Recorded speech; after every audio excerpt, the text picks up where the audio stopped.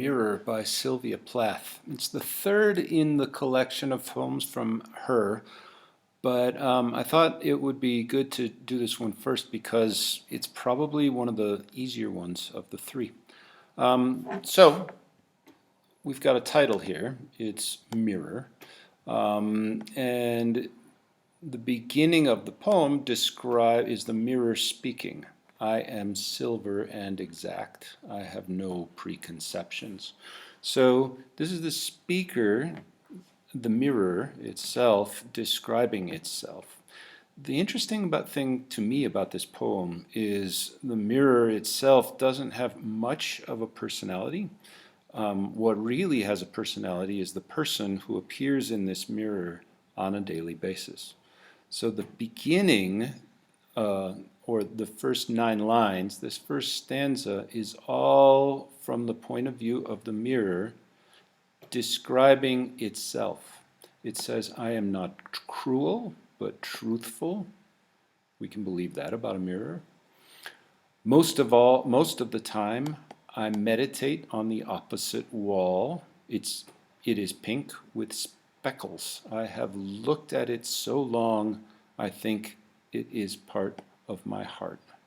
So we can imagine what it might be like for a mirror to watch the wall opposite it all the time, except for brief moments when something else is there. So the mirror says, but it flickers. Faces and darkness separate us over and over. So the mirror always reflects the wall behind it, except when it's dark or except when there's a face there looking at itself. So now the mirror says something new. Now I am a lake, a woman bends over me. Now this is an allusion to the story of Narcissus. Now Narcissus was a beautiful man, and he fell in love with Echo. Actually, Echo fell in love with him. And in order to complicate things, Aphrodite, the goddess of love, because he actually didn't return Echo's affections, she cursed him. And she had Cupid come down and shoot him with an arrow so that he would fall in love with the next thing he saw, which was his own reflection in a pool. So Narcissus ends up dying because he's so obsessed by his own reflection in the pool that he can't get up and leave. So he just pines away, staring at his own reflection. So clearly, in this poem, Sylvia Plath paints this new character, and the new character is this woman who is like Narcissus in the sense that she's quite obsessed with what she sees in this mirror. So this woman is searching my reaches for what she really is. Now, I don't know if a mirror can tell you what you really are, but the woman staring in this mirror seems to feel that way.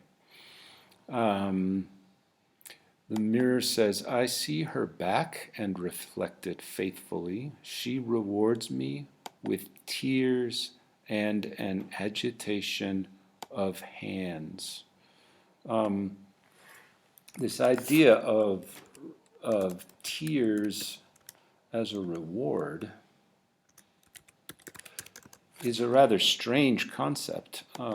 Who would think of tears as a reward? You like making people cry?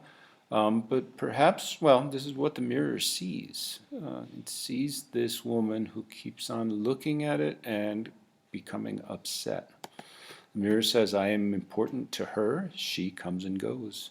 Each morning it is her face that replaces the darkness.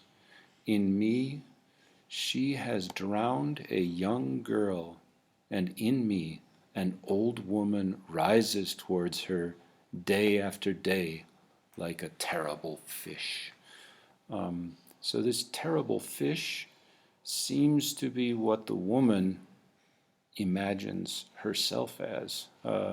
This woman has drowned a young girl in the image, and now every day she sees probably herself getting older and older and older, and that idea seems to be quite frightening to her. So Plath might have been talking about her own mirror, and she might have been talking about the way she felt as she looked in the mirror. So what this poem does in a pretty unusual way is it describes a person, but instead of describing the person, it describes the mirror by allowing the mirror to talk. And the mirror talks about what it sees. So it's one of Plath's more famous poems, and I hope you enjoyed it.